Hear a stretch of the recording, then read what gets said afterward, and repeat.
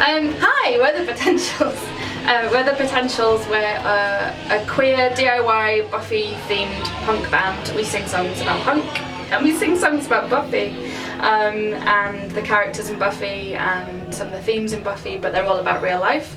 I met Zach because we were friends and he was kind of dating my best friend, and yeah, just played lots of gigs with him, and we met Shahnaz through About Stalking.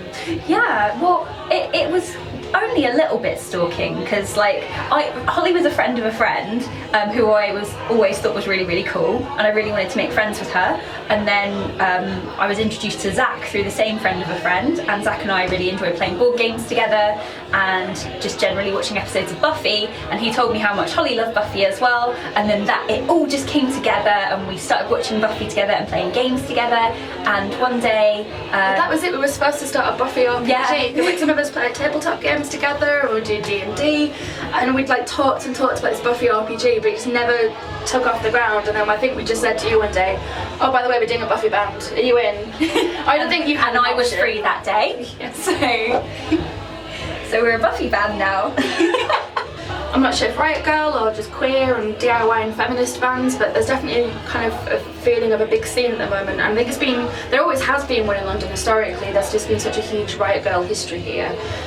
So we're definitely not inventing anything new, that's always been here.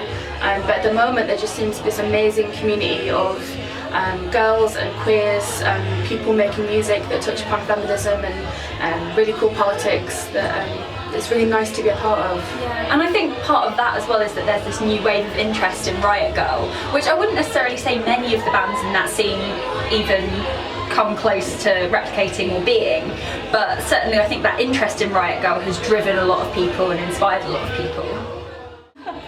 Do you think there's a stigma around kind of girls playing punk music?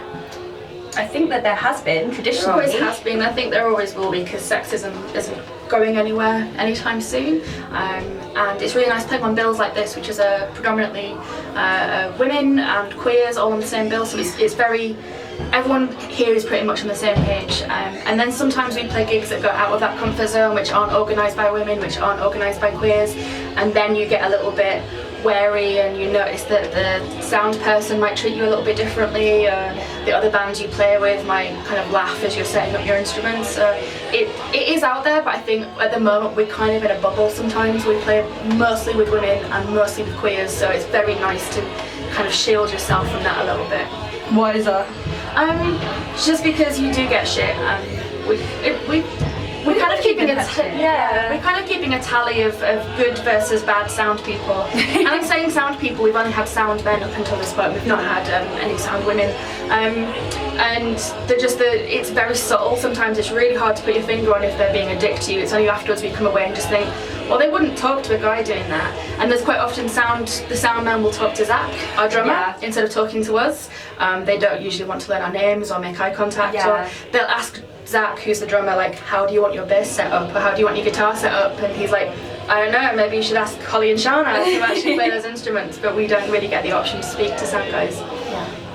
God, that's awful. Not all of them, like, no. hashtag not all men, but Yeah, I mean, but the majority, that has been the case. Yeah, and is that mainly in London or all over when you play different gigs? all over. We've had, I mean, don't get me wrong, we've had some amazing sound people that have been really up for it and got what we're about and got what the other bands are about, and that's always really nice. But there are just some which just that can make or break a gig, that can just make you sound shit on purpose sometimes. And can also just knock your confidence so much that it just doesn't go that well. I think we're very lucky in that we've started playing with bands regularly. So there's this nice little community that people that we maybe choose to play with, if we put on our own gigs, we'll invite them back and say, hey, we really liked playing with you last time, do you want to play with us? And then that's reciprocal and they'll ask us to play with them. Yeah, this scene has existed for long before we were even remotely involved in it. It's just nice to be involved in it. It's a transient scene, it comes and goes, and I'm sure in like 5 years' time no one will remember the name Potentials, but that's, I think punk sometimes is quite transient and ephemeral like that, and I used the word ephemeral in an interview. Yeah. So, I think it's super smart. Really not.